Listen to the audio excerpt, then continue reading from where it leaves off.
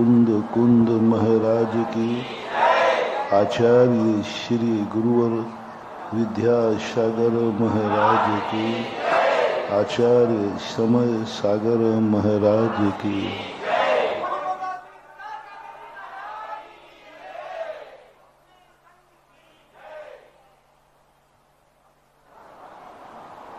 कल प्रश्न चला था कि पहले हम अपने आप को समझें कि हमारी शक्ति क्या है। पहले हम आपको समझें कि हमारी इच्छाएं क्या है।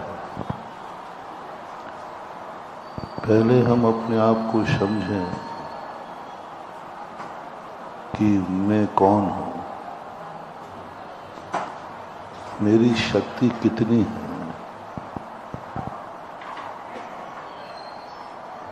फिर समझें कि मैं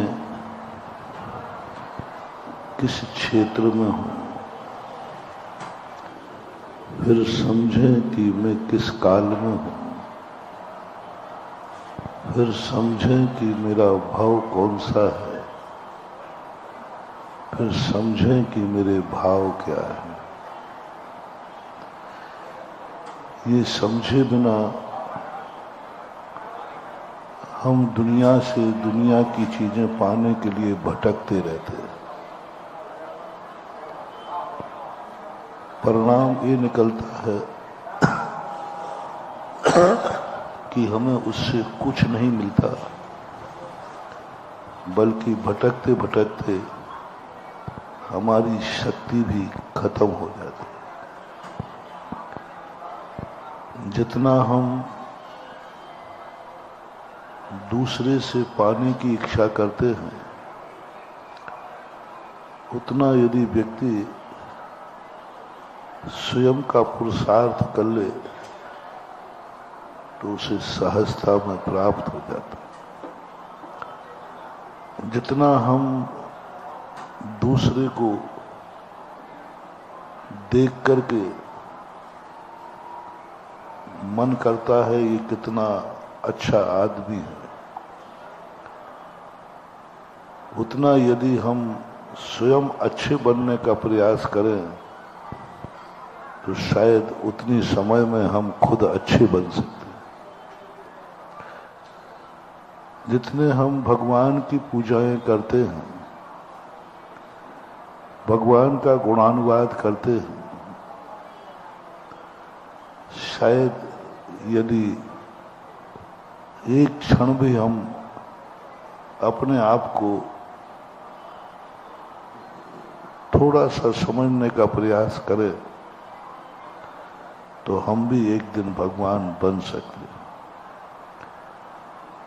भगवान के पास इसलिए नहीं जाया जाता कि वो भगवान है।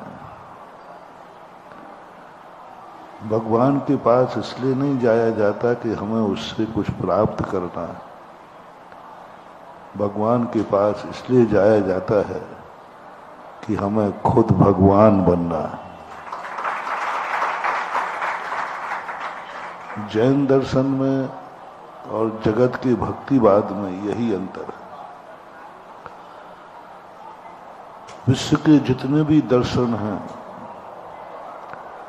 सभी दर्शनकार भगवान के पास इसलिए जाते हैं क्योंकि वो भगवान है, वो शक्तिमान है, वो ज्ञानवान है, समर्थ है। उनको प्रसन्न करो, अन्यथा वे हमारा नाश कर देंगे। क्योंकि सारे दुनिया के भगवान, आवाज नहीं, सारे दुनिया के भगवान दुनिया का नाश करते हुए पाए गए कुपित होने पर, और इतना कोप किया कि दुनिया को ही मिटा देते हैं। इतना क्रोध आता है इस सामने वाले की जीवन लीला नाश कर देते। दुनिया में आज तक हमें कोई ऐसा भगवान नहीं मिला जिस भगवान ने अवतार लेकर किसी का नाश न किया हो। हर संप्रदाय के भगवान को देखता हूं, वो किसी न किसी का विनाश करने के लिए ही जन्मते हैं। उनका उद्देश्य ही होता है विनाश करना है। ठीक है, किसी पापी का विनाश करना है, पापियों का विनाश करना है, उद्देश्य पापी को विनाश, लेकिन विनाश करते हैं। इसलिए लोग डर के पूछते हैं कि भगवान को प्रसन्न करो, अन्यथा भगवान नाराज हो जाएंगे, और नाराज हो जाएंगे तो हमारा नाश कर देंगे। इस भय से लोग भगवान को खुश करने का प्रयास करते हैं, भगवान की पूजा करते हैं, भगवान की आराधना करते हैं, उनको जो बनता है वो करते हैं। दूसरा कारण उनका होता है भक्तिवादियों का कि भगवान समर्थ है, शक्तिमान है, यदि वो प्रसन्न हो गया तो हमारे जन्म जन्म की दरिद्रता दूर हो जाए, हमारे जन्म जन्म के अभाव दूर हो जाएंगे। यदि वो प्रसन्न हो गया तो वो वरदान दे देगा, और उनका वरदान मिलते ही हमारी जिंदगी अच्छी हो जाएगी। वरदान मिलते ही हमारे दुख दूर हो जाएंगे, वरदान मिलते ही हमारे खजाने भर जाएंगे, वरदान मिलते ही हमारी इच्छाएं पूरी हो जाएंगी। इस संसार के हर भक्तिवाद में, भक्तिवाद का कंसेप्ट यही था। भक्ति इसलिए उत्पन्न हुई थी, और ये दोनों कारणों से लोग भक्ति करते हैं। जैन दर्शन भक्तिवादी नहीं है, जैन दर्शन भक्तिवादी नहीं है।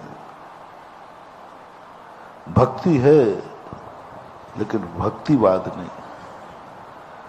भक्तिवाद कहलाता है सिद्धांत, मूल उद्देश्य। जब व्यक्ति का भक्ति ही उद्देश्य बन जाता है तो उसे भक्तिवाद कहते हैं।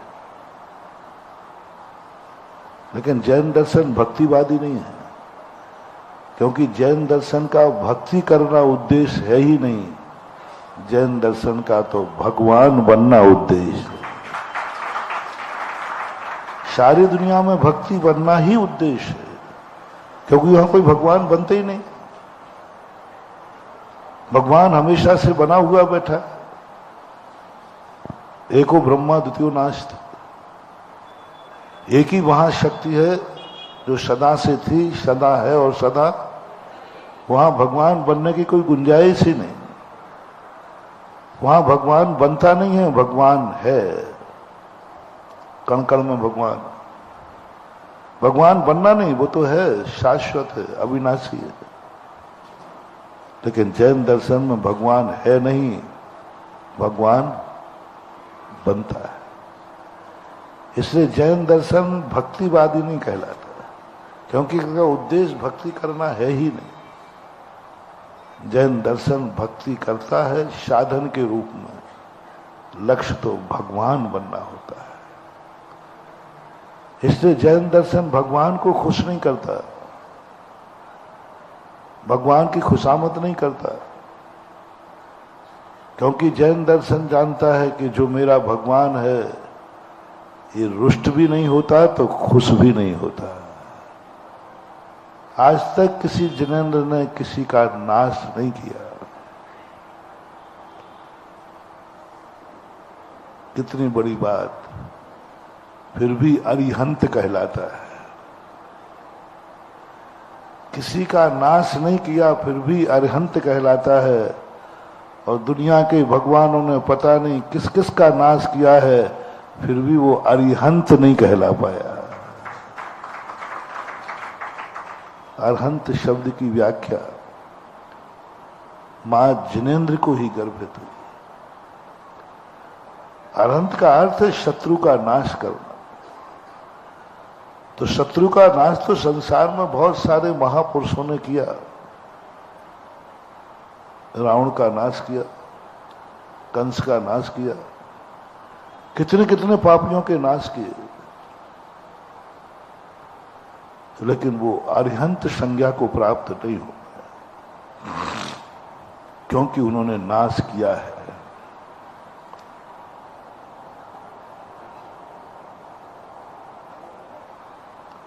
क्योंकि नाश किया है। किसी का जब हम नाश करेंगे तो कोई ना कोई दुखी तो होगा। जिसका नाश करेंगे वो बचने का प्रयास करेगा, फिर भी हम उसे मारेंगे। वो बचने का प्रयास करता है। आप किसी का भी नाश करने का सोचना, वो बचने का प्रयास करेगा, चाहे वो डाकू क्यों ना हो, शेर भी क्यों ना हो, सांप भी क्यों ना हो। किसी का भी तुम नाश करोगे दुनिया में, वह बचने का प्रयास करेगा। वो अपना विनाश चाहता ही नहीं। जब वो विनाश नहीं चाहता है और तुम नाश करोगे तो उसका दुख होगा, उसकी बद्दुआ होगी, वह तुम्हारा विचार बुरा करेगा, वो तुम्हें भी नाश करने का भाव करेगा। क्योंकि एक चींटी भी अपना नाश नहीं चाहती, वो भी बचना चाहती है। जब कोई मरना ही नहीं चाहता तो जैन दर्शन कहता है, जिनेन्द्र कहता है, फिर मैं किसी को मारूंगा नहीं, क्योंकि कोई मरना नहीं चाहता। मरना नहीं चाहता, मैं मारूं तो वो बद्दुआ होगी, वो परिणाम ठीक नहीं है, क्योंकि वो मरना नहीं चाहता,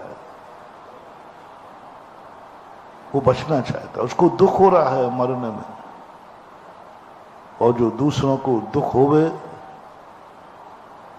फिर भगवत्ता कैसे? भगवान तो वह है कि जिसके माध्यम से जो भी कार्य होगा, सामने वाले को अवभाग्य महसूस होना चाहिए, आनंद की अनुभूति होना चाहिए। वो समझे कि मेरे भाग्य है कि भगवान ने मुझे मारा।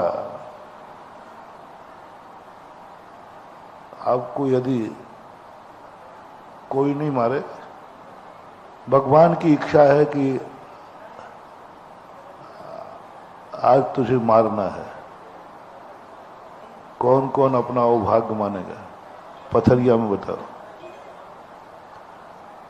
पारसनाथ भगवान का मन हुआ है कि आज एक आध को निपटाना है, कौन फार्म भर देगा जल्दी? भगवान मुझे, भगवान मुझे। मेरी तरफ मत देखो, मैं तो नहीं भरूंगा। भगवान भी मारेगा तो भी मैं मरने को तो तैयार नहीं हूं। मैं तो जिंदा रहने के लिए जा रहा हूं। मैं दुनिया में मरने के लिए नहीं हूं, मैं दुनिया में, और मैं तुम्हारी पूछ रहा हूं। पारसनाथ बहुत प्यारे है ना, उनकी इच्छा पूरी करो। उनका मन हुआ है कि आज एक पथरिया में किसी को ऊपर भेजना है, कौन फार्म भर देगा? खुशी खुशी अवभाग्य मान के, धन्य है। पीछे एक ने हाथ उठाया। पक्का है बेटा? मम्मी से पूछ लूं? मम्मी है तेरी? पूछ लूं मम्मी से, पापा से, पूरे परिवार से? सबकी हाँ है। चलो किसी कारण से सब लोग हाँक भर दें, मैं तेरा कोई हूं कि नहीं? कौन हूं? तो फिर मेरे से भी तो पूछ कि महाराज आपकी क्या आज्ञा है?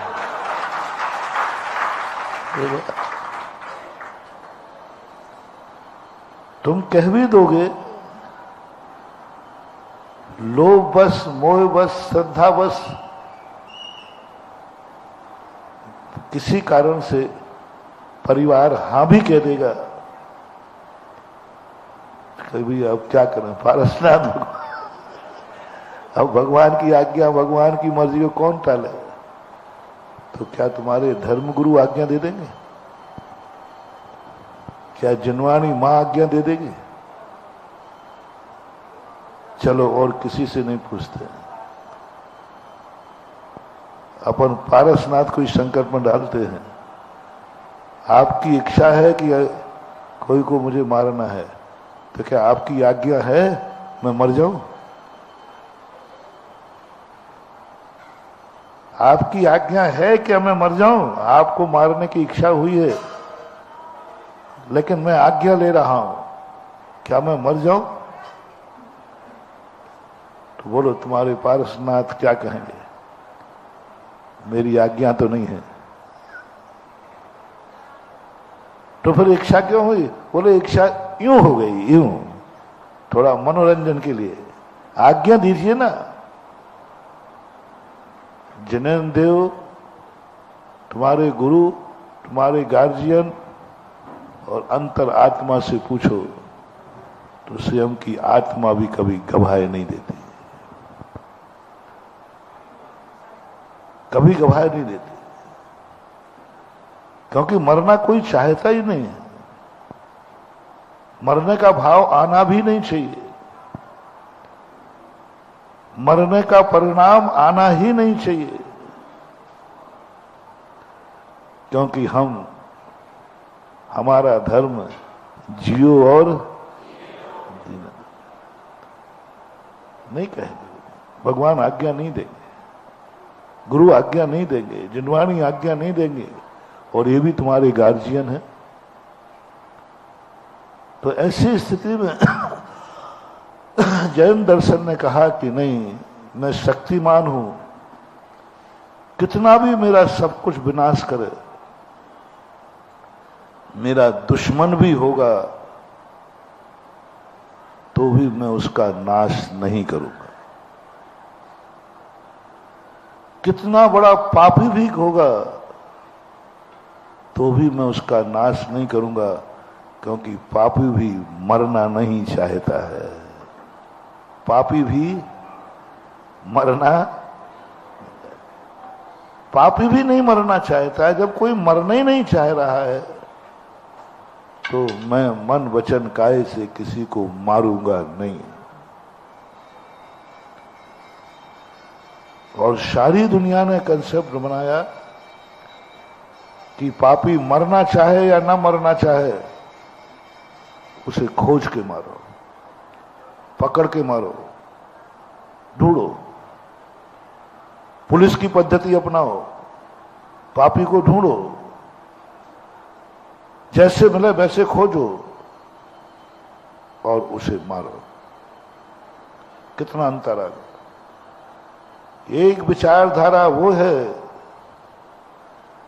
जो वह भगवान बनने महावाली शक्ति कहती है, पापी को जैसे बने तैसे मारो, खोज के मारो, ढूंढ के मारो, छल से मारो, कपट से मारो, माया से मारो, लेकिन पापी जिंदा नहीं रहना चाहिए। और मारे पापियों ने बड़े बड़े भेष बनाए छुपने के, बड़े बड़े प्रयास किए छुपने के, लेकिन उन्हें खोज करके भी मारा गया। और जब जब किसी ने खोज के मारा, मरने वाले ने बद्दुआ दी। उसके जो संबंधी थे उन्होंने बद्दुआ दी। और जिस मारने वाले को मरने वाला बद्दुआ देता है, वो सारे संसार का भी विनाश कर दे तो भी वो अरिहंत नहीं कहलाएगा। विनाश किया है शत्रु का, विनाश करने वाला है शत्रु का, शत्रु का नाश कर रहा है फिर भी। और अरिहंत का अर्थ ही है शत्रु का नाश करने वाला। शत्रु का जिसने नाश किया उसको अरिहंत नहीं कहा, और जिसने किसी का नाश नहीं किया उसको आज तक लोग क्या कहते हैं? अरिहंत, नमो अरिहंत। क्यों? क्यों? क्योंकि अरहंत ने वो विधि अपनाई, मैं पापी का नाश नहीं करूंगा, मैं पाप का नाश करूंगा। मैं पापी का नाश नहीं करूंगा, मैं अपने सिद्धांत ऐसे बनाऊंगा, 5 पापों का त्याग। किसी दर्शन में नहीं है ये, भगवान तक के भी 5 पापों का त्याग नहीं है, दुनिया में कहीं भी देख लो। हिंसा करते हैं, शस्त्र उठा करके मारते हैं, कभी कभी झूठ भी बोलना पड़ता है तो बोलते हैं, मायावी रूप भी धारण करना पड़ता है तो लेते हैं, कि कभी कोई आवश्यक वस्तु की चोरी करना पड़े भी तो कर लेते, क्योंकि पापियों का नाश तो पापी बने बिना नहीं होता है। रिपीट करता हूं, पापियों का नाश के लिए हमें खुद गंदे होना पड़ता है, क्योंकि पापी कीचड़ में रहता है और कीचड़ में जाएंगे तो हमारी गंदगी शुद्धि तो खत्म होगी। पापी काले काले कोठरी में रहता है, कोई भी जाएगा लीक तो लगेगी। पापी अच्छे स्थान पर नहीं रहता, पापी अच्छे लोगों के बीच में नहीं रहता, पापी स्वयं अच्छा नहीं है। पहली बात, पापी को कोई भी छुएगा उसे अशुद्ध होना ही होना है। कितना भी शुद्ध आत्मा छुए पापी को, अशुद्ध होगा। आपने देखा, एक व्यक्ति ने कहा, महाराज जी, जब अशुद्ध आदमी शुद्ध को छू लेता है तो वो अशुद्ध हो जाता है, यदि शुद्ध आदमी अशुद्ध को छू ले तो शुद्ध होना चाहिए। मैंने कहा नहीं, खरबूजे पे तलवार गिरे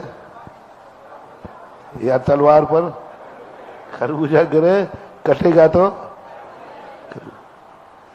ऐसा ही पापी व्यक्ति की संगति को, उसको जो छुएगा, कितना भी शुद्ध क्यों ना हो, साधु हो, भगवान हो, कोई भी हो, उसे अशुद्ध होना पड़ेगा। क्रोधी व्यक्ति के पास जो जाएगा, कितना भी हो, तुम्हें क्रोध आएगा, वो उद्दंडता ही ऐसी करेगा, उद्दंडता ही ऐसी करेगा, क्योंकि पापी है।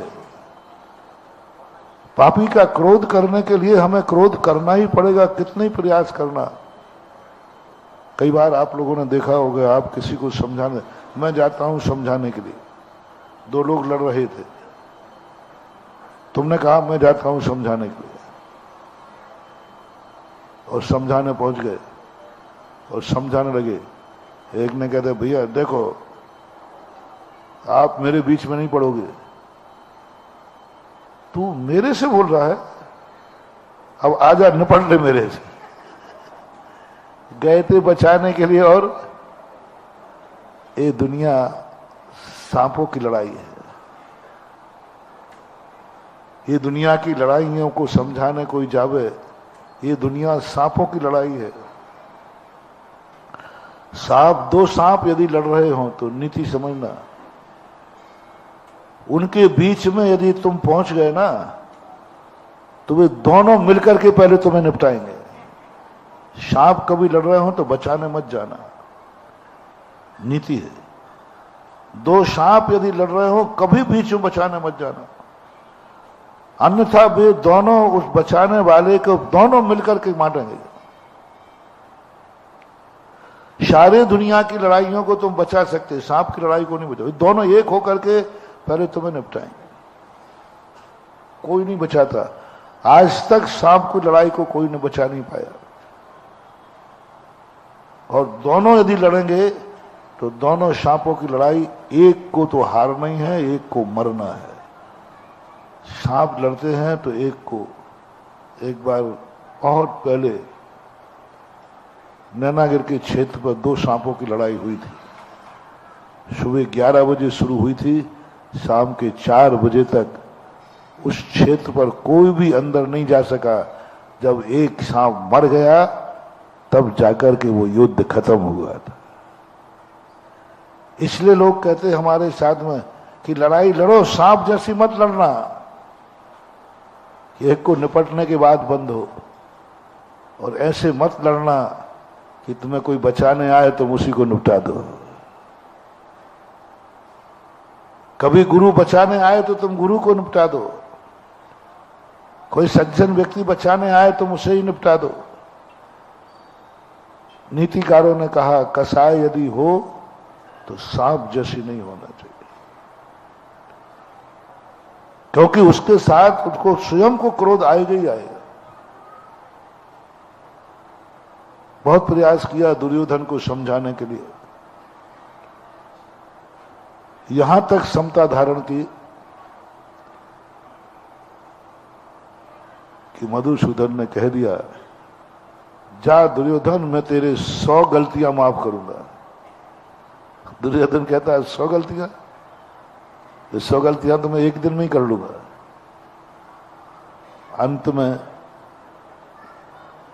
अंत में शिशुपाल को क्या करना पड़ा? इतने क्षमताधारी, इतने क्षमता करने वाले, इतने सहिष्णु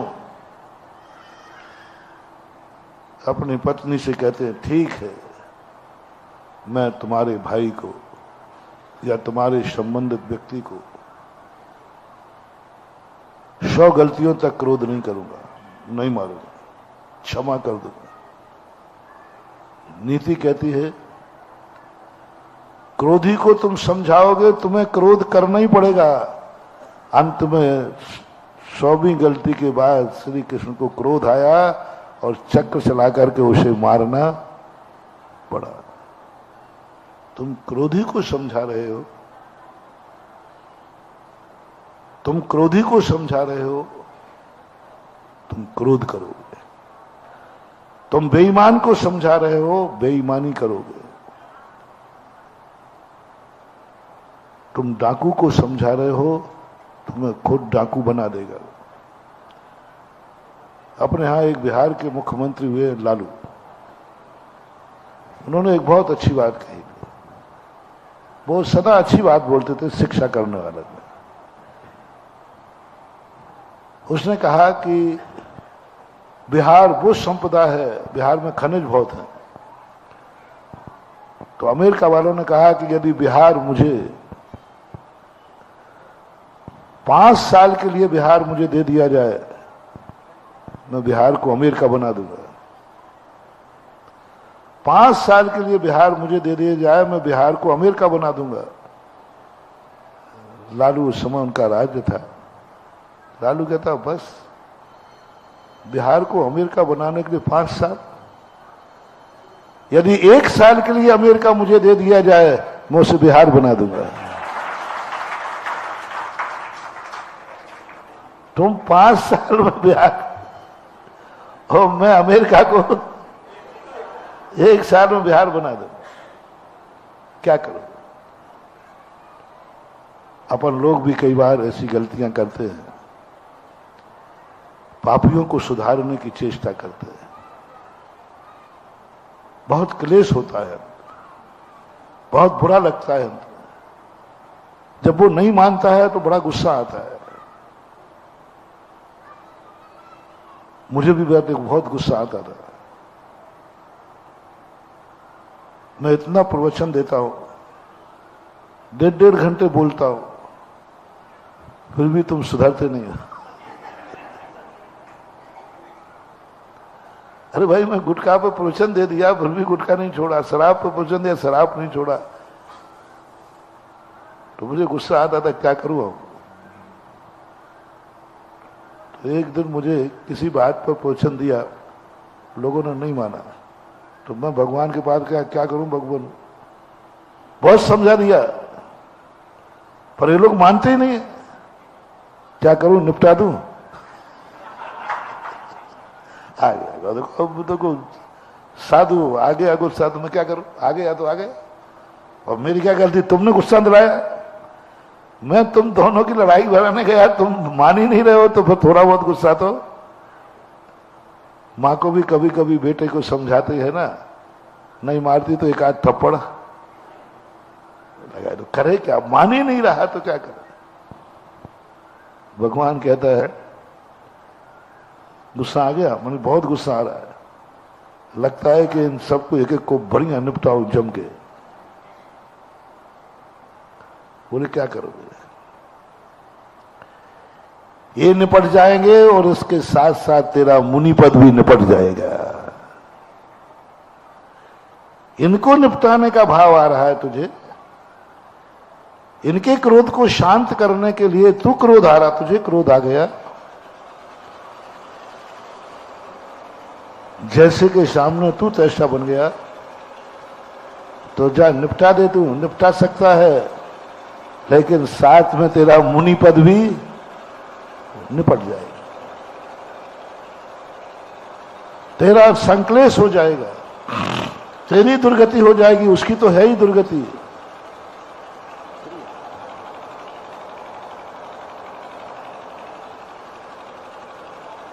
उसकी भी दुर्गति है, तुम्हारी भी दुर्गति हो जाएगी। तुम्हारा तरीका ही गलत है सुधारने का। ये तरीका जैन दर्शन का नहीं है,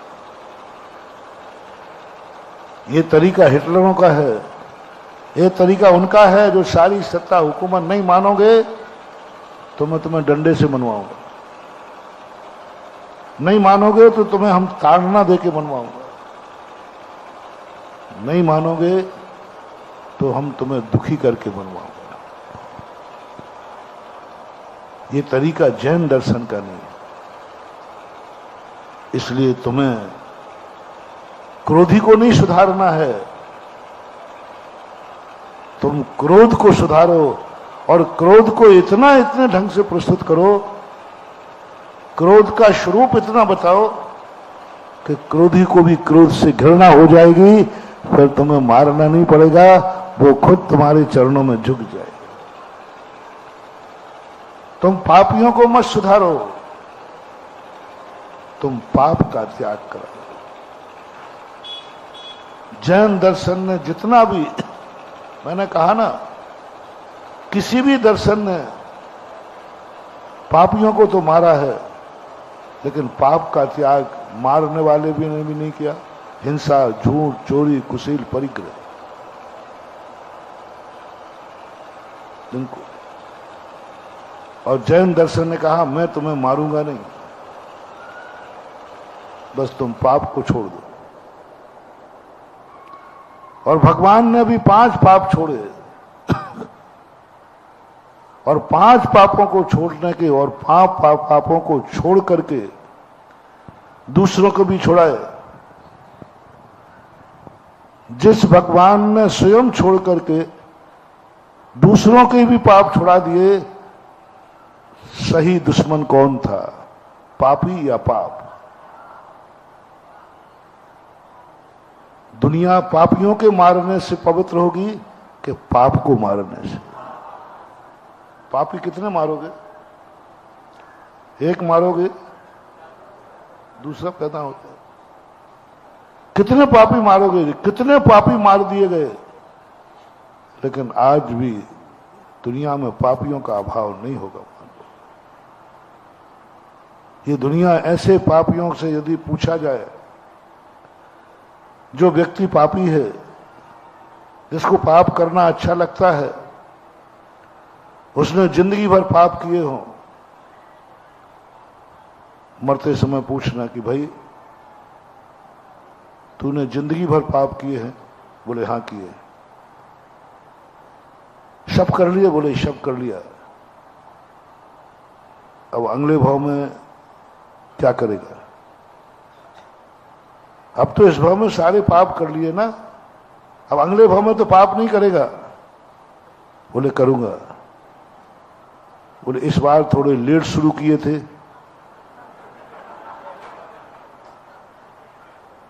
इस बार थोड़े बस ऐसा आशीर्वाद दे दो कि अगली बार जन्म से ही पाप शुरू करो। इस बार थोड़ा बड़ा होने के बाद पाप किए।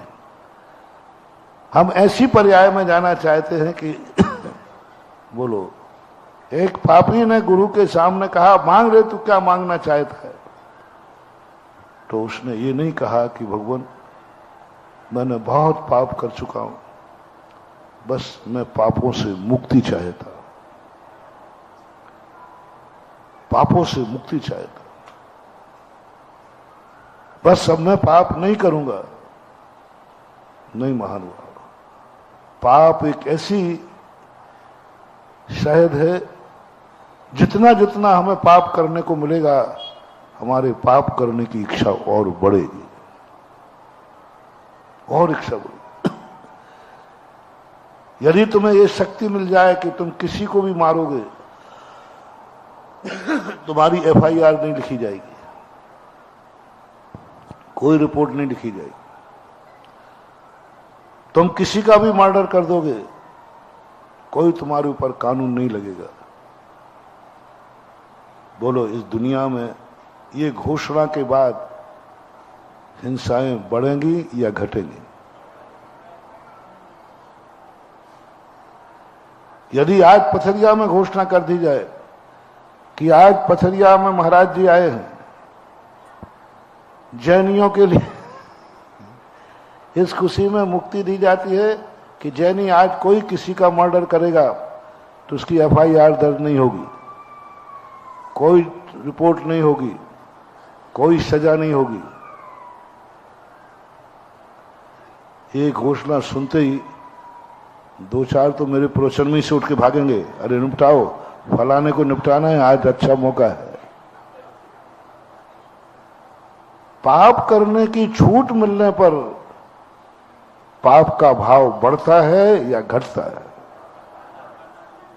करके देख लेना।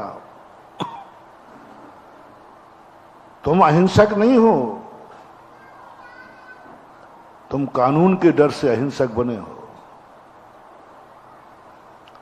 जैनी को गुस्सा नहीं आता, सो बात नहीं है। जैनी किसी का मर्डर नहीं कर सकता, सो बात नहीं है। बल्कि सबसे ज्यादा दुनिया में यदि कोई अच्छी तरह पाप कर सकता है तो जैनी है।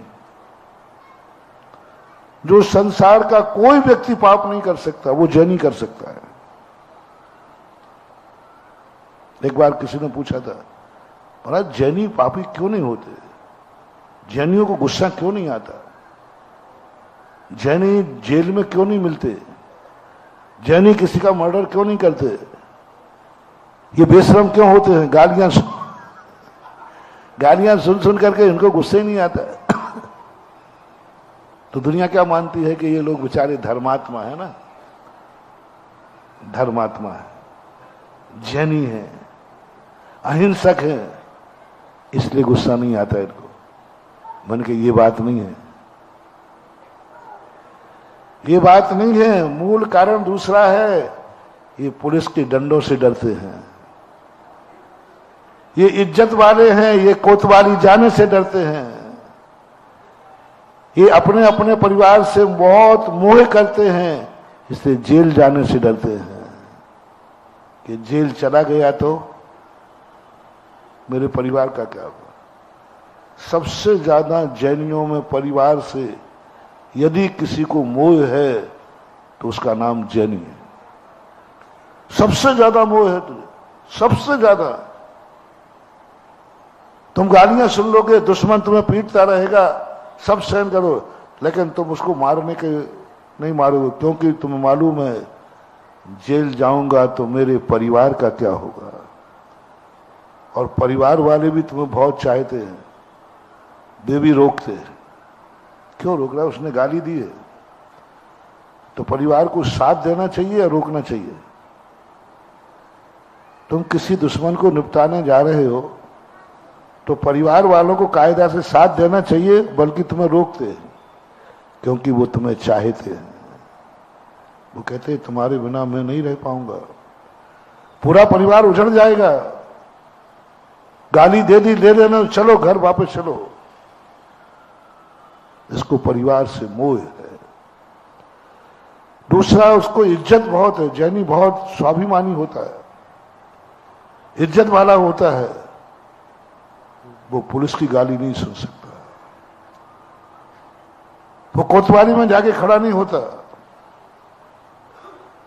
और ये 3-4 कारण हटा दिए जाएं कि जैनी को ना तो जेल मिलेगा, ना पुलिस कुछ कहेगी, तो जैनी इतने लोगों को मारेगा कि पता तक नहीं चलेगा कब मार दिया, क्योंकि इसके पास अकल भी है और पैसा भी है।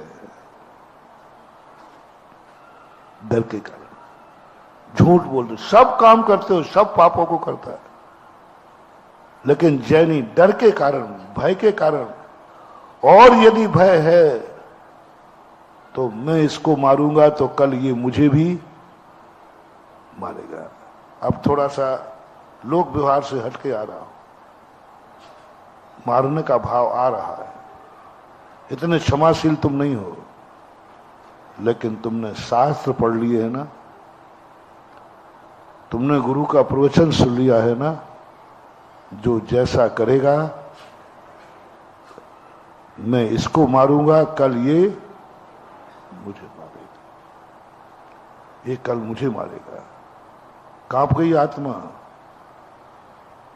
मारने का मन था, लेकिन कांप गई आत्मा, कल ये मुझे मारेगा। मैं तो मौत से डरता हूं, कल ये मुझे मारेगा, कल ये मेरा मर्डर करेगा। मैंने बकरा काटा, कल मेरी गर्दन कटेगी। मैंने किसी जीव का कुछ विनाश किया, कल मेरा होगा। ये धारणा पूरे जैनियों की हम लोगों ने बनाई है, शास्त्रों ने बनाई। बोलो है कि नहीं?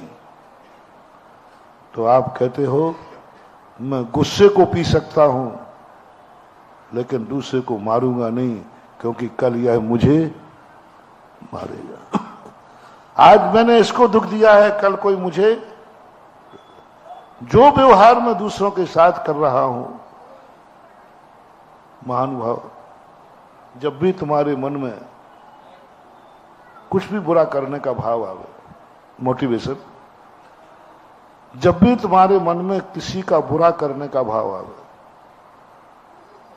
मारने का, गाली देने का, झूठ बोलने का, मायाचारी करने का, जो तुम करना चाहते हो सब कुछ करने का, बस इतना सा उस समय विचार करना, कल वही कार्य तुम्हारे साथ भी होगा। तैयार हो? तैयार हो? फिर कोई बात नहीं। तैयार हो? हां, मैं उसको मारूंगा, कल वो तुम्हें मारेगा, मैं मरने को तैयार हूं। आज मैंने उसको गाली दी, कल वो मुझे देगा। आज मैंने उसको दुख दिया, कल मुझे देगा। मैं तैयार हूं। बस अब इसको कोई व्यक्ति कुछ नहीं बिगाड़ सकता। बस मरने के लिए, मारने के लिए तुम कफन बांध के जाओ, फिर तुमसे कोई नहीं जीतेगा। बोलो, यह बात तुम्हारे जीवन में है? तुम्हारे मन में जब किसी का बुरा करने का है, जब तुम्हारे मन में, बहुत सरल उदाहरण दे रहा हूं, बहुत और सरल करता हूं, तुमने किसी को ठग लिया, कैसा लगा? तुम 5 मीटर कपड़ा खरीद के लाए, 1000 रुपए मीटर में, 5000 रुपए का। रास्ते में तुम्हारा दोस्त मिला, बोले क्या लाए भाई? बोले कपड़ा लाया हूं 5000। बोले 5000 का? अरे मैं तो कपड़े का बहुत बड़ा व्यापारी हूं, ये तो 500 रुपए मीटर का है, 2500 का है। सुनकर कैसा लगा? जल्दी बोलो पथरिया वालों। 2500 का कपड़ा तुम्हें 5000 का दिया, किसी ने ठगा। बोलो कैसा लगा? कौन है जिसको खुशी हो जाए, मजा आ गया? हाथ उठाए।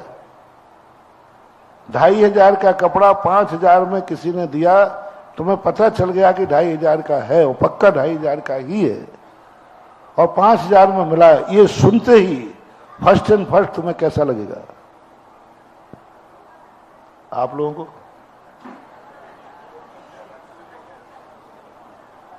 इतना दुख हुआ उसको। बोले यार क्या बात है? बोले हाँ 2,500 का कपड़ा है। अब तुम्हें उसको, जिसने तुमसे 5,000 लिए हैं दुकानदार ने, उसके प्रति तुम्हारी बद्दुआ क्या होगी? अब तुम यहीं शांत नहीं बैठोगे? बेईमान, उसकी दुकान में आग लग जाए। अरे 2,500 में दुकान में आग लगा दी। अरे 2,500 ठगे गए हो भाई, दुकान तो करोड़ों का माल भरा है। देखना तुम्हारा क्रोध, देखना 2,500 ठग लिए मेरे भगवान, उसकी दुकान में आग लग जाए, उसका सत्यानाश। अब क्या क्या बोलोगे, मुझे थोड़ा ज्यादा आएगा नहीं। उसका सत्यानाश हो जाए और उसका एक्सीडेंट हो जाए, उसका परिवार मर जाए, पता नहीं, आप खुद नोट कर लो क्या क्या बोलोगे। और घर में तुम वापस आए और घर में सुनाया कि आज ऐसा ऐसा हुआ, तो तुम्हारी घरवाली भी क्या बोलेगी? उंगलियां चटका गई, उसका सत्यानाश हो। मम्मी क्या बोलेगी? सब तुम्हारे क्या बोलेंगे, सब देख लो।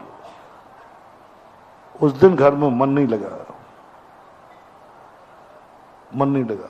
रोटी खा लीजिए, नहीं खाना, सब भूखी नहीं है। 2,500 ठगे गए, 2,500 ठगे गए। मन नहीं लग रहा है। दुकान पे गए तो आप जिससे देखो यार, ऐसी देखो दुनिया ऐसी बेईमान हो गई, ऐसी बेईमान हो गई। बताओ 2,500 का कपड़ा 5,000 में, यहाँ इतनी बेईमान हो गई। सही में कलयुग आ गया, सही में कलयुग आ गया। शास्त्रों में जो लिखा बिल्कुल सही लिखा है। आहा, शास्त्रों में जो लिखा बोलो ना, सही लिखा है। कब तुम्हें पता चला सही लिखा है? जब 2,500 ठगे गए तब बेटा कहा सही लिखा शास्त्रों में कि कलयुग में बेईमानी होगी, बहुत ठगी होगी। जब ठगे गए तब कहा शास्त्रों में। इससे समय किया, आज तुम किस दुकान से लाए बताओ तो सही, इतना बेईमान कौन है? फलाने, वो तो महाराज जी का भगत है, प्रतिदिन प्रवचन सुनता है और महाराज जी का खास भगत है। क्या बात कर रहे हो, महाराज जी का भगत है वो। अब तो तुम्हारा पारा और गर्म। अब बताता हूं महाराज को। तुम महाराज के पास आओगे, तुरंत दौड़े दौड़े, तुम शांत नहीं रहोगे। तुम एक नहीं कहोगे नहीं गुरुजी को मत बताओ, गुरुजी थोड़ी ने ठगना सिखाया होगा, गुरुजी ने थोड़ी ठगना सिखाया होगा। अब गुरु से मत कहो, तुम जरूर कहोगे महाराज जी सुनो सुनो, ये जो तुम्हें घेरे बैठे हैं ना सब, ये आपके भगत देखो, ये बेईमानी करके 2,500 का 5,000 में दिया माल। आपकी तरफ चारों तरफ भक्त ऐसे ही बेईमान बैठे रहते हैं। अच्छा उसने ठग लिया? हाँ महाराज उसने, वो जो सबसे पहले आगे नारा लगा रहा था, जय जय गुरुदेव।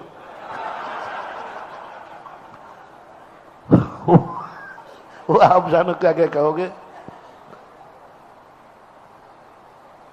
तो बोलो महाराज क्या कहेंगे? क्या उम्मीद है महाराज? महाराज ये कहेंगे मेरे भक्त ने ठगा है, ठीक किया। यदि उसने ठगा है तो ठीक किया, क्योंकि वो मेरा। बोलो आपके महाराज से क्या उम्मीद है आपको? चलो मुझे ही कर लो, समझ लो आप, मैं ही हूं। और वो मेरा भक्त है, पक्का है, 100% भक्त है, इसमें कोई संदेह नहीं। वो तो जगत को मालूम है। अब बोलो मेरे से क्या उम्मीद रखते हो आप? बोल दो, आज डरो मत, मैं बिल्कुल गुस्सा नहीं होगा। क्या उम्मीद करोगे? सब लोग देखा अभी महाराज पक्ष लेंगे, अभी भक्त को बचाएंगे, अभी कहेंगे हाँ ठग लिया तो क्या हुआ, बाल बच्चे पालना थे तो ठग लिया, क्या बात हो गई। नहीं, उम्मीद मत करना महानुभाव। यदि तुमने भी उनको सच्चा गुरु माना है, सच्चा साधु माना है, तो उसको साधु को भी उतना ही दुख होगा जितना आपको दुख हुआ है, बल्कि साधु को और बड़ा दुख होगा, मेरे भगत ने ये किया। यदि भगत नहीं होता तो इतना दुख नहीं होता। सच्चे साधु का लक्षण बता रहा हूं। भगत नहीं होता तो इतना दुख नहीं होता। भगत ने किया तो साधु को तुमसे ज्यादा दुख होगा कि अरे इसने तो मुझे भी बदनाम।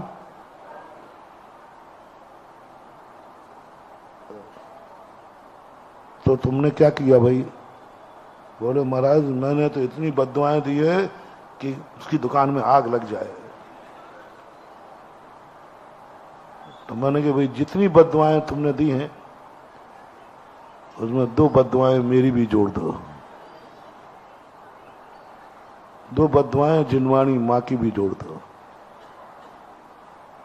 बोलो ठगिया मायाचारी के लिए जिनवाणी में प्रशंसा है कि निंदा है? मर के त्रियंश बनेगा।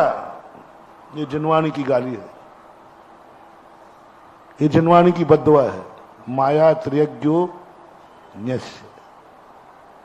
जिनवाणी ने बद्दुआ, उसने ठगाया है, मर के त्रियंश बनेगा, पशु बनेगा, 1 इंद्री 2 इंद्री बनेगा। ये जिनवाणी ने बद्दुआ दे दी।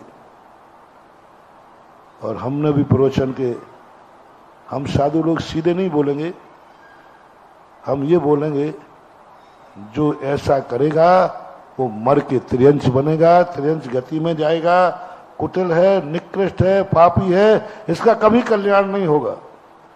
ये भाषा हम लोग बोलते हैं कि नहीं? बोलो ठगिया की, चोर की, डाकू की, मायाचारी की। हम प्रवचनों में क्या बोलेंगे? सदगति के दुर्गति। प्रवचन में सुने होंगे साधुओं के, हारिकाओं के, पथरिया वालों ने तो बहुत सुने प्रवचन। बोलो किसी साधु ने कहा हो यदि मेरा भक्त कितनी भी ठगी करे उसकी सदगति ही होगी। साधु हमेशा एक ही बोलता है। अब वो पथरिया का व्यक्ति कहता है अब तो मरेगा, क्योंकि महाराज ने भी बद्दुआ दे दी है, जिनवाणी ने भी, अब तो बर्बाद हो जाएगा पक्का है। और होगा, इसमें कोई संदेह नहीं। पर एक बात का जवाब थोड़ा 1 दिन और लगेगा, इसका जवाब तुम्हें से मुख से सुनूंगा। मेरा जवाब तो मैंने कह दिया, अपना हो चाहे पराया हो, तुम्हारा जवाब सुनना चाहता हूं। बोलो ठगी अच्छी है या बुरी? जोर से, कम सुनता हूं मैं। एक का माल 2 रुपए में बेचना अच्छा है कि बुरा? नहीं होना चाहिए ना? नहीं होना चाहिए ना? प्रॉमिस? लॉक करूं? लॉक करूं? सबसे पूछ रहा हूं, लॉक करूं? बुरा हुआ। नहीं, मैं साथ हूं तुम्हारे, मैं खुद मेरे से पूछो महाराज आपकी राय, मैं कहता हूं बुरा है, नहीं होना चाहिए, बहुत बुरा है, गलत है, और ऐसे व्यक्तियों को सजा मिलनी चाहिए। बोलो ऐसे के लोगों की दुर्गति होना चाहिए, सदगति? जोर से बोलो। मैं भी साथ हूं तुम्हारे। दुर्गति होना चाहिए, कठिन से कठिन सजा मिलना चाहिए, मर के पशु ही बनना चाहिए। जो कुछ दुनिया में अनर्थ होता है इन ठगियों का होना चाहिए। शास्त्र भी गवाह है और मैं भी गवाह हूं। और जिसके लिए शास्त्र और गुरु गवाह दे दें वो कार्य तो होना ही है। लॉक करूं? फिर पूछ रहा हूं, रिपीट कर रहा हूं, ये ठगी अच्छी है या बुरी? निंदा के पात्र है कि प्रशंसा के? बस हो गया, लॉक कर रहा हूं। अब प्रवचन का समय हो गया, कल के लिए करो? नहीं, अभी टाइम है, अपने पास टाइम है अभी। अभी टाइम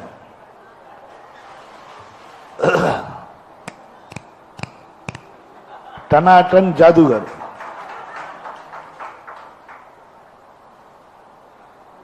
उस दिन आपने कोई खाना भी नहीं खाया, घर में भी सब लोग उदासीन रहे। जिसको देखो आपने सुनाया, देखो कैसी बेईमान हो गया। होता हो इतने साधु पथरिया में आते हैं, फिर भी पथरिया इतनी बेईमान है, अभी तक नहीं सुधरी। आपने 100 लोगों को सुनाया होगा, जितने लोग हैं सबसे, यार क्या करें, क्या बात है आजकल चेहरा, अरे भैया दुनिया इतनी बेईमान हो गई, देखो ये हो गया। ये शाम के 4 बजे की बात है, पथरिया में सराफी की दुकान है कोई, ज्वेलरी की, उसके यहां ज्वेलरी की दुकान थी। शाम को 4 बजे एक किसान आया, कहां का मालूम, पास का गांव कौन, कदवा, वही कल सुना था, वो याद आ गया। क्या वहां का एक किसान आया, अपनी बहुत गरीब किसान था, खेत बेच के आया अपनी बिटिया की शादी के आभूषण लेने के लिए, और उसने 1 लाख रुपया लाया था, सीधा साधा था। तुमने 50,000 का माल था, 1 लाख में टिका दिया उसको, और वो ले गया। वो इस विश्वास से ले गया कि पथरिया का सेठ है, यहां तो साधु संत आते ही रहते हैं, तो पथरिया का जैनी क्या बेईमानी करेगा। उसने कुछ नहीं कहा, ले गया। और उसको ये और पता चला कि ये तो महाराज जी का भगत है, तो उसने और कुछ नहीं पूछा। उसने कहा सेठ जी चोखा देना। अरे चोखा ही दे रहा हूं, तुझे मालूम नहीं मैं जैनी हूं, तुम्हें मालूम नहीं मैं महाराज का भगत हूं, ये तुम भी कह दोगे। अपना माल बेचने के लिए तुम कहाँ कहाँ हमारा उपयोग करोगे। अरे भाई तुम तो बात देखो, ये हम प्रतिदिन भगवान का अभिषेक करते हैं, मंदिर जाते हैं, महाराज का प्रवचन सुनते हैं, महाराज को आहार दान दिया, सबको दिया, मैं बेईमानी करूंगा। नहीं सेठ जी ऐसी बात नहीं है, इसलिए तो मैं आपकी दुकान पे आया हूं। और 50,000 का माल कितने में ले गया वो। अब तुम्हारे हाल क्या है, चेहरा बताओ। है वीडियो उधर कर इनके चेहरे, मेरा फोटो क्या उतारा है, इनकी उतार फोटो।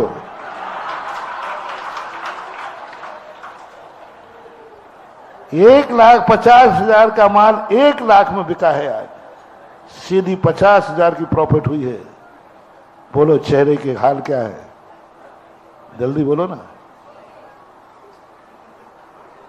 घर जाके क्या बोले, अरे मजा आ गया आज, 50,000 का माल 1 लाख में बिक गया। बोलो मांगो, किसको क्या मांगना, बच्चों मांगो क्या चाहिए, मिठाइयां, सब कहो चलो रे घूमने चलते हैं कहीं हिल स्टेशन पर, क्योंकि माल 50,000 का गया है और बिक्री। अब 50,000 वो प्रॉफिट जो तुम्हें हुई है उसकी खुशी बता दो बस मुझे, और कुछ नहीं पूछ रहा। तुम कितने खुश हो, और घर में पता चला तो बच्चे कितने खुश हैं, परिवार कितना खुश है, कितने खुश हो कल्पना करो आप। और एक दिन उसे भी पता चल गया कदवा वाले को कि शेठ जी ने 50,000 का माल, अब वो भी बेचारा सीधा मेरे पास आया, बोले महाराज पथरिया का आपके भगत ने मेरे साथ ये किया है, अब बोलो मैं तुम्हें बचाऊं या पहले वाले जैसा तुम्हें निपटाऊं। 5,500 पर तुमने कितनी बददुआएं दी थी, तुमने तो एक 50,000 ठगे, और उसके ठगे हुए जो मकान बेच के आया, खेत बेच के आया, बिटिया की शादी के लिए आया, तब भी तुमने कुछ भी नहीं सोचा। ये भी नहीं सोचा कि जब मैंने 2,500 में इतनी बददुआ दी थी, एक किसान को जब पता चलेगा तो 50,000 में कितनी बददुआ देगी। तुमने 2,500 में दुकान में आग लगाने की भाव की थी, तो 50,000 में तुम्हारे यहां कहां कहां आग लगेगी, फैसला तुम्हारे हाथ में है। 2,500 में ठगने पर कहां आग लगाई थी तुमने? तो अब कितने गुने हो गए? 2,500 50,000 गुना कर लो जल्दी। 20 गुना। 20 मकानों में आग लगेगी अब तुम्हारे। 20 भाव तक आग लगेगी तुम्हारे। 20 भाव तक तुम्हारा ही फैसला है। कोई कानून बना सरकार से नहीं बनवाया। ये कानून तुमने ही बनाया था कि जिसने 2,500 ठगे हैं उसकी दुकान में। ये कानून किसका था? सरकार का? महाराज का? किसका था? सत्यानाश हो, ये किसका कानून था? 2,500 ठगने पर सत्यानाश किया तुम्हारे और तुम्हारे परिवार ने। तुम्हारे परिवार ने सत्यानाश किया उसका 2,500 ठगने पर। तुम्हारी जनवानी ने सत्यानाश किया, उसको त्रियंच बनाया। तुम्हारे गुरु ने भी निंदा की। 2,500 ठगने वाले। जवान बदलना मत, ध्यान रखना। यदि सच्चे जैनी हो, वो बात में नहीं बोल रहा हूं, नहीं थोड़ी ज्यादा हो जाएगी। वो तुम लोग बोलते हो भाई, यदि एक बाप की औलाद है तो। मैंने नहीं बोला, लेकिन याद तो दिलाई दी। सच्चे पारसनाथ के भक्त हो तो, सच्चे जैनी हो तो, सच्चे शास्त्र को मानने वाले हो तो, और सच्चे गुरु के भक्त हो तो बदलना मत, सिद्धांत मत बदलना। सिद्धांत मत बदलना, कुछ नहीं। आपको बस मैं तुम्हें 50,000 ठगने से रोकूंगा नहीं। 2,500 वाले को नहीं रोक पाऊंगा, तुम्हें क्या रोक पाऊंगा? यदि मेरे रुकने से रुकता तो वो 2,500 वाला रुक जाता, वो भी तो भगत ही था। तो मेरे भगत होने से मैं तुम्हें ठगी से नहीं रोक पाऊंगा, तुम रुकोगे भी नहीं। यदि रुक गए होते तो 2,500 वाला ठगते ही नहीं। जब वो 2,500 वाला नहीं माना तो 50,000 वाला क्या खाक मानेगा? जो 2,500 में उसने नियत खराब कर ली, तो तुम्हें तो 50,000 की नियत खराब करने मिली है। वो तो 2,500 फिर भी मान सकता था, कोई ज्यादा नहीं मिल रहा है, काहे को बेईमानी करें। 2,500 का सवाल है। तुम्हारे सामने तो है अच्छे अच्छे को पानी आ जाए, सवाल 50,000 का है। अब सिद्धांत मत बदलना, बस यदि इस रहस्य को तुम समझ गए, तुम्हें जिंदगी में जैन धर्म समझ में आ जाएगा। बस इतनी ही बेईमानी हो रही। हम सारे धर्म करते करते बस यही बेईमान हो रहे हैं। जब हम ठगे जाते हैं तो ठगी बेकार है, और जब हम ठगते हैं तो ठगी खुशी हो गई। सारा घर खुशी में शामिल हो गया। 50,000 बचा है, बच्चे भी खुश हैं, बच्चे खुश हैं। अब बस वो कल्पना के लिए आओ, कल उस गरीब को पता चला है जो मकान खेत बेच के बिटिया की शादी का जेवर लेने आया था बिटिया के लिए, और उसे 1 लाख का जेवर, 50,000 का जेवर 1 लाख में मिला है। थोड़ी देर के लिए तुम बन जाओ, कितनी बद्दुआ देगा, कितना बुरा लगेगा। उसके परिवार में तुमने तो रोटी नहीं खाई थी, उसके परिवार में तो पानी का घूंट भी गले में नहीं उतरेगा, क्योंकि वो 1 लाख जमीन बेच करके लाया था। वो तो बर्बाद होके आया था, लेकिन बिटिया के लिए बर्बाद होना भी उसे मंजूर था। उसने खेत बेच दिया, मकान बेच दिया, किसके खातिर? उसकी हालत क्या होगी कि आज मैं भी बर्बाद हो गया और बिटिया को भी मैं आबाद नहीं कर पाया। 50,000 का माल 1 लाख में 50,000 चले गए। ईमानदारी से पूछो, क्या उस बद्दुआ को बर्दाश्त कर पाओगे? क्या यह बद्दुआ तुम्हें जीने देगी?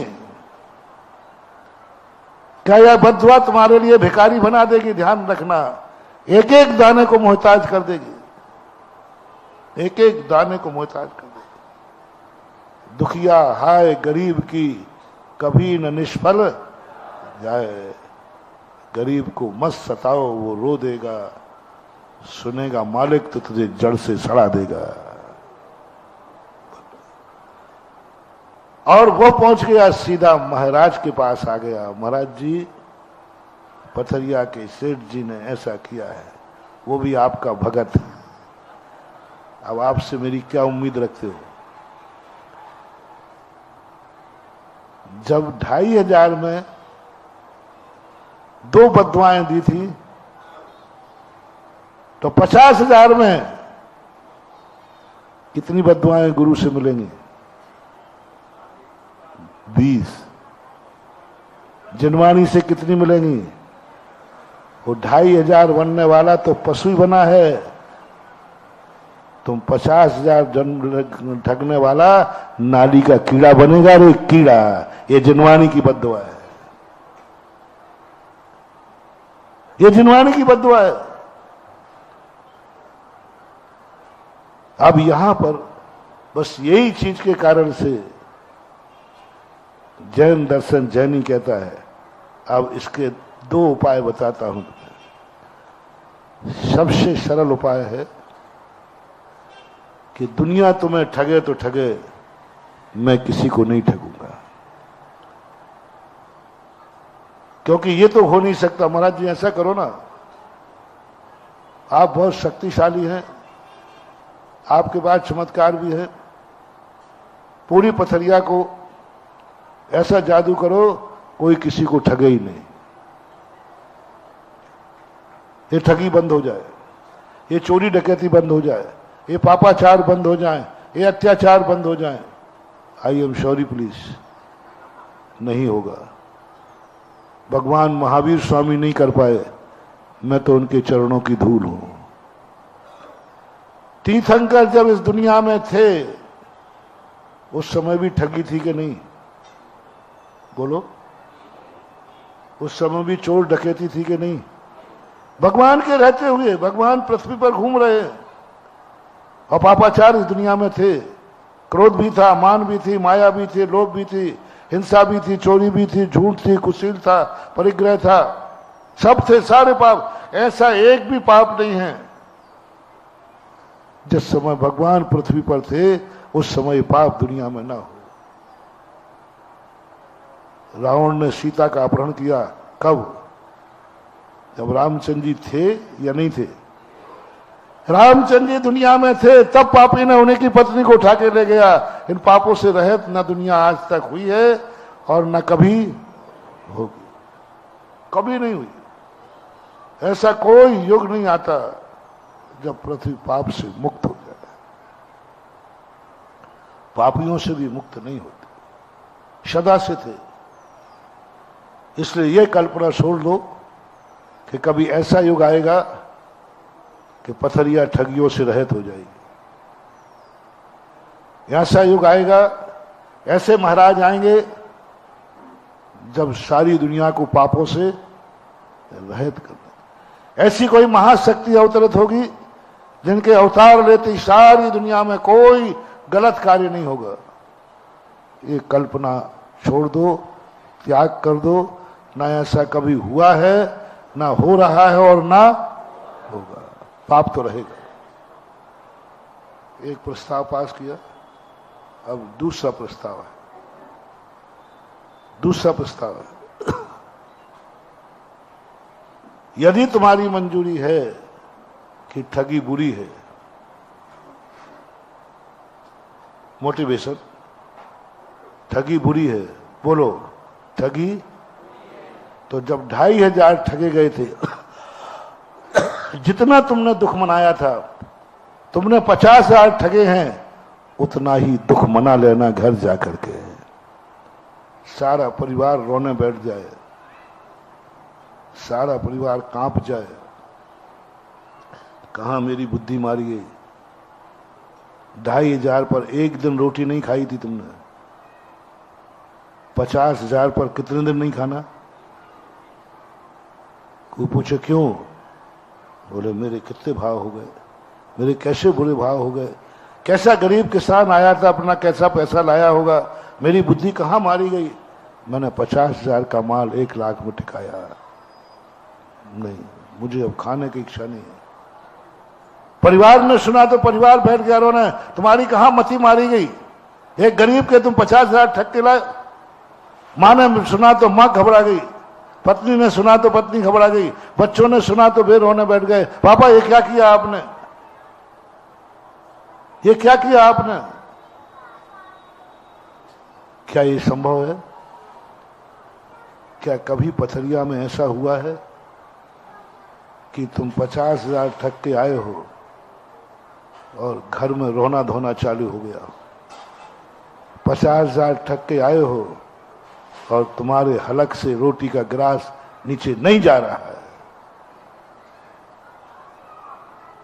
पानी नहीं उतर रहा है नीचे। बोले क्यों? मैंने 50,000 ठग लिए, मैं वापस करने की नहीं कह रहा हूं अभी, मैं ठगी की मना नहीं कर रहा हूं अभी, मैं तुम्हें निष्पक्षपाती बना रहा हूं। पानी नहीं पिया जा रहा है, चाय नहीं पी रहा है। बोले क्यों? नहीं उतर रहा है, मेरे गले में बंद हो गया ही चारे, मैंने 50,000 ठगे हैं। क्योंकि मैंने 2,500 में क्या हालत हुई थी तुम्हारे घर की। मैं तो वो पापी हूं जिसने 50,000 ठगे हैं, 50,000 ठगे हैं।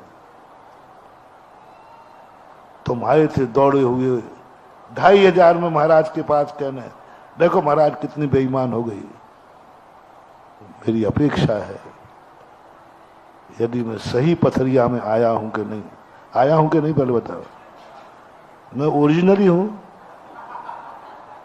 ओरिजिनली सुधा सागर के दूसरा तो नहीं है, वही हूं ना, आचार्य सिंह का चेला ना। पक्का बोल दो ना, थोड़ा बोलो तो। हाँ, तो मैं एक अपेक्षा चाहूंगा कि 50,000 तुमने ठगे हैं, कल किसान को पता तो चलेगा, क्योंकि बेईमानी कहीं ना कहीं तो आज नहीं कल होगा, कभी ना कभी तो पता चलेगा।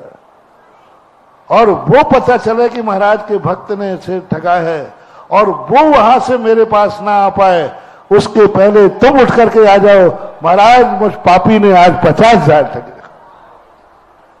बताओ मेरी दुर्गति क्या होगी। और याद है तुम्हें कि 2,500 में महाराज ने क्या कहा था? पशु बने कहा था ना, महाराज अब मेरी गति बताओ, मैंने 50,000 ठगे हैं, माफ मत करना गुरुदेव, तो मैं आपका भक्त हूं, सही बोलो मेरी क्या गति होगी। किसान नहीं आ पाया, उसके पहले तुम दुकान से उठ करके घर जाने के पहले क्या गुरु के सामने आने की हिम्मत करोगे? जैसे ठगे जाने पर तुमने हिम्मत की थी, ऐसा ठग लेने के बाद हिम्मत है तुम्हारी? जब ठगे गए थे तब कैसे आ गए? हमने कहा भैया मेरे पास, महाराज सुनना पड़ेगा। अरे भाई मेरे पास टाइम नहीं, महाराज सुनना पड़ेगा, आपके भक्त ने 2,500 ऐसा तुम उठ के आओ भाई, मैंने महाराज सुनना पड़ेगा, मैं भी आपका भक्त हूं, मुझ पापी ने 50,000 ठगे हैं, बोलो मेरी क्या गति होगी। बस इतना सा तुम चिंतन कर लेना। मैं तुम्हें ठगी से नहीं बचा रहा हूं, गारंटी मेरी है, तुम भूखे मर जाओगे लेकिन ठगने का भाव नहीं आएगा। मैंने पहले ही कहा कि मैं ठगियों को नहीं सुधारूंगा, मैं ठगी की दोष बताऊंगा और शास्त्रों से नहीं बताऊंगा। तुम्हारा बनाया हुआ कानून तुम्हारे लिए बता रहा हूं। तुमने बनाया था कानून के 2,500 ठगने वाले की दुकान में आग लग जाए, वह कानून तुम्हारे लिए क्या है? कैसे तमाशा हो रहा है? ये नगरों में जो चुंगी चौकियां बनी रहती हैं, पुलिस बैठी रहती है, ये अच्छी चीज है कि बुरी चीज है? बोलो जल्दी बोलो। ये चौकियां बनी रहती ना जगह जगह, ये अच्छी चीज है कि बुरी चीज है? बनना चाहिए कि सारी चौकियां हटवा दूं? बोलते नहीं हो। बनना चाहिए। और एक दिन तुम्हारी गाड़ी में 2 नंबर का माल है, उस समय चौकी कैसी लग रही है?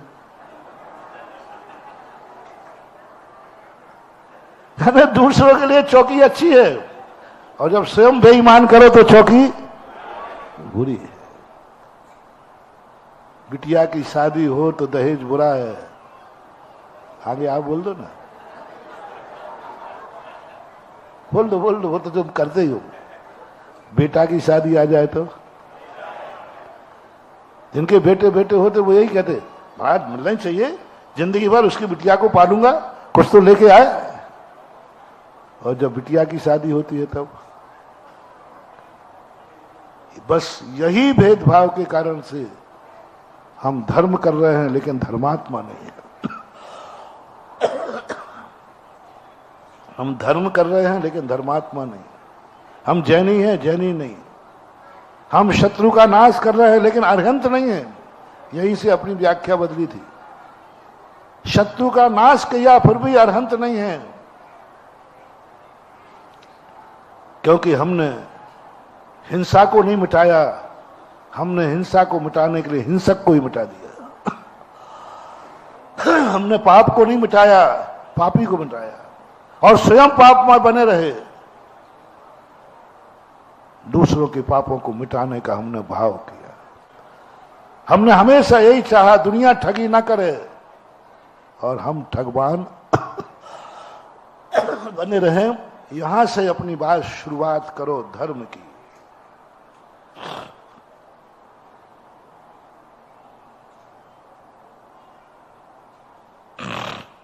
अच्छाइयों की लिस्ट मत बनाओ, हमारे शास्त्रों से लिस्ट मत बनाओ, हम गुरुओं से लिस्ट मत बनाओ क्या अच्छा है क्या बुरा है, मत पूछो। तुम एक दिन बैठ जाओ, बहुत सरल मोटिवेशन दे रहा हूं, अकेले बैठ जाओ, परिवार को बैठा लो। तुम्हारी दृष्टि में क्या क्या बुरा है, क्या क्या गंदा है, कौन सा कार्य गंदा है, कौन सा कार्य गंदा है, ये आपको खुद लिखना है। 24 घंटे का होमवर्क है आपके लिए। शास्त्र की बातें मत लिखना, मैंने कभी बताया हो तो मत लेना। यहां साधु संत माता जी वगैरह आई, उन्होंने क्या बताया वो नहीं लिखना। सब लोग अपनी अपनी छाती पे हाथ रख करके लिखेंगे क्या क्या चीजें बुरी हैं, अच्छी नहीं, क्या क्या चीजें बुरी हैं। बस कैसा चाहते हो संसार तुम, कैसी होना चाहिए तुम्हारी पथरिया, कैसे होना चाहिए व्यापारी, कैसे होना चाहिए लोग। आपकी पसंद से पूछा, मेरी पसंद नहीं। दुनिया कैसी होना चाहिए वो लिखना आपको है। व्यापारी कैसा होना चाहिए लिखना आपको है। दुनिया में कितनी बुराइयां हैं जिसे आप खुद बुरा मानते हैं।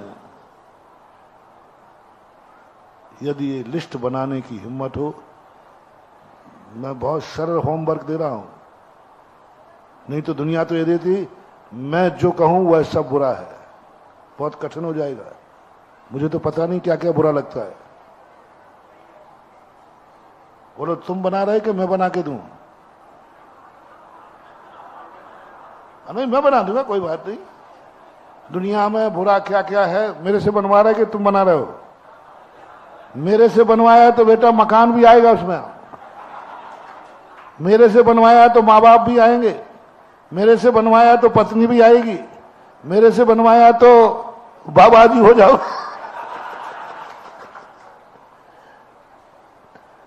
क्यों? ये सब चीजें मुझे बुरी नहीं लगती तो मैं छोड़ता क्यों? मेरा छोड़ना बता रहा है कि मेरी दृष्टि में कितनी चीजें गंदी हैं। मेरा छोड़ना बता रहा है कि मेरी दृष्टि में कितने कार्य गंदे हैं। मेरा क्रिया बता रही है कि मुझे संसार में क्या क्या बुरा लगता है। कहो तो मैं बना दूंगा, मानना पड़ेगा। बनाओ मैं लिस्ट, बोलो ना जल्दी। अब लिस्ट बनेगी तो फिर तो देखो, हम बनाए या तुम बनाओ, लिस्ट बनेगी तो उसको अपन को फॉलो करना पड़ेगा। अरे देख ले रे, ऐसा कोई टीचर मिलेगा जो कहेगा प्रश्न पत्र बना ले तू।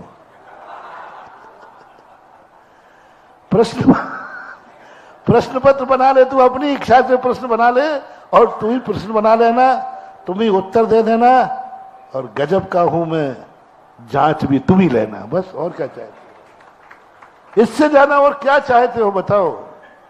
प्रश्न पत्र भी तुम बनाओ, उत्तर भी तुम दो। अब हद हो रही है। आज तक किसी यूनिवर्सिटी में ऐसा नहीं हुआ कि विद्यार्थी प्रश्न पत्र बनाए, वही जांचे और वही नंबर ले लेवे। लेकिन पता नहीं पथरिया वालों से मेरा क्या हो गया, इतना सरल हो गया मैं। तुम प्रश्न पत्र बनाओ, उत्तर भी तुम लिखोगे और जांचोगे भी तुम। अब तो तैयार हो जाओ, बोलो तुम बना रहे या मैं बनाऊं। देखो मुंह देखी मत करना, पसीना आ जाएगा। और लिस्ट बनने के बाद यदि तुमने गड़बड़ किया तो फिर बेटा ध्यान रखना, फिर तुम गड़बड़ हो जाएगा। इसलिए अच्छा है गुरुजी ने तुम्हें कृपा की है, तुम खुद लिस्ट बना लो ना, बनाओ। मुझे विश्वास है, मुझे विश्वास है कि तुम्हारा भक्त है तो अच्छी लिस्ट बनाएगा। और मुझे बिल्कुल भी डर नहीं है, मैं तुमसे कबूल करवाऊंगा, चिंता मत कर। तुम तो जो लिखना, शराब तुम्हें अच्छी लगती है लिख लेना, शराब बहुत अच्छी चीज है। तुम्हें जो जो बुरा लगता है वो लिख लो, बस चलो इतना लिखो। और आज उसमें मैं शराब अच्छी नहीं लिखूंगा, मत लिखना। गुटखा नहीं लिखूंगा, कोई लिखेगा, सब लिखेगा। गुटखा नहीं लिखेगा, कई लोग दीवाने हैं, कोई गुटखा अच्छा है उसके लिए तो मत लिखना। आप तो जो लिखना है वो लिखो। बस मेरे सामने तुम्हें कबूल करना पड़ेगा कि मैं मन से, वचन से, काय से जो जो मुझे बुरा लगता था मैंने ईमानदारी से लिखा। वो कोर्ट में खाना पड़ती है ना शपथ, वो ऐसे ग्रंथ पे कोई हाथ रखते हैं, वो गीता पे हाथ रख के रखते हैं, मैं जो कहूंगा सत्य कहूंगा, सत्य के अलावा। बस इतना सा तुम्हें कल करना पड़ेगा कि मैं जो कुछ भी मुझे बुरा लगा, मेरी दृष्टि में जो बुरा था, मैंने वह सब इसमें लिखा है। तुम नहीं करवाओ तो परिवार बैठ जाना, पूरे परिवार बैठ जाना कि अपन को क्या क्या चीजें बुरी लगती हैं, कौन कौन सी चीजें अपन को पसंद नहीं है, किन किन कारणों से अपन दुखी है, कौन कौन हमें दुखी कर रहा है, क्या चाहते हो तुम अपने परिवार में, क्या चाहते हो तुम पूरी पथरिया में, कैसे होना चाहिए तुम्हारा नगर, कैसा होना चाहिए तुम्हारा गांव। चलो लिख देना, कैसे होना चाहिए तुम्हारे महाराज, सब छूट देना। तुम तो जो लिखना है वो लिखना ना। मेरी कोई आदत लिखना, महाराज जी हम वो भी लिखेंगे कि महाराज जी आप में ये बुराई है, लिख देना। मैं बुरा नहीं मानूंगा, वायदा करता हूं। चलो तुम भगवान में लिख देना, महाराज भगवान में एक बुराई है, चलो भगवान की बुराई लिखना, मेरी बुराई लिखना, सास की बुराई लिखना, तुम्हें जो कुछ भी लिखना है बुराई लिखना। कल का होमवर्क है।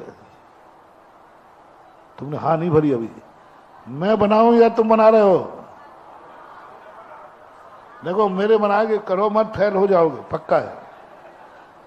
फेल हो गए, 100% फेल हो गए। क्यों फेल का टाइटल कर रहा हो? और यदि तुम बना के लाए तो मुझे विश्वास है कि तुम 60% लोग पास हो जाएंगे, और जो जो पास होगा उसके कल्याण की गारंटी मेरी रहेगी।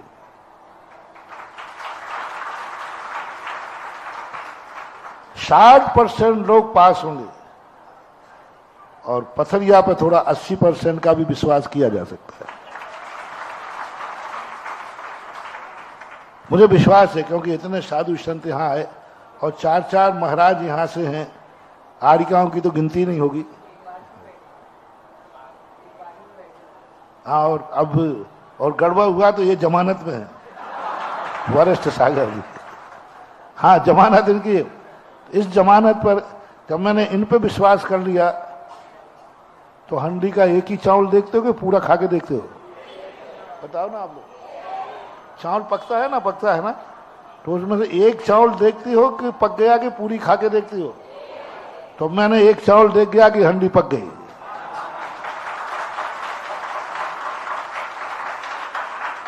अब मुझे विश्वास है, बस आपको ईमानदारी से लिखना है क्या क्या चीजें इस दुनिया में बुरी हैं। शास्त्रों का आलम्बन नहीं लेना, महाराजों के प्रवचनों से नहीं ढूंढना, अपनी आत्मा से, आत्मा से। और मुझे विश्वास है कि जैनी की आत्मा यदि किसी चीज को बुरा कहेगी, इतनी हिम्मत तुम्हारे में है, इतने मात्र से मैं तुम्हारे कल्याण की गारंटी ले रहा हूं। बस तुम्हें लिख के दिखाना है कि क्या क्या चीजें बुरी है। फिर आगे क्या करना पड़ेगा, समय आपका हो गया। आज इतना ही। कुछ मजा आया कि नहीं? और बुला लो सुधा सागर को, यही होगा। वो 50,000 का आनंद था, वो कहां गया? 50,000 का जो आनंद था वो कहां गया? मैंने कोई गलती नहीं की है, तुमने 2,500 को ठूट। एक तरीका ये है कि बुरा क्या है, चाहे वह दूसरे के लिए हो, चाहे ठगी बुरी है और ठगने पर बुरा लगा है, तो जब तुम किसी दूसरे को ठगो तो उतना ही बुरा मान लेना चाहिए। अब एक मार्ग, अभी समय हो गया।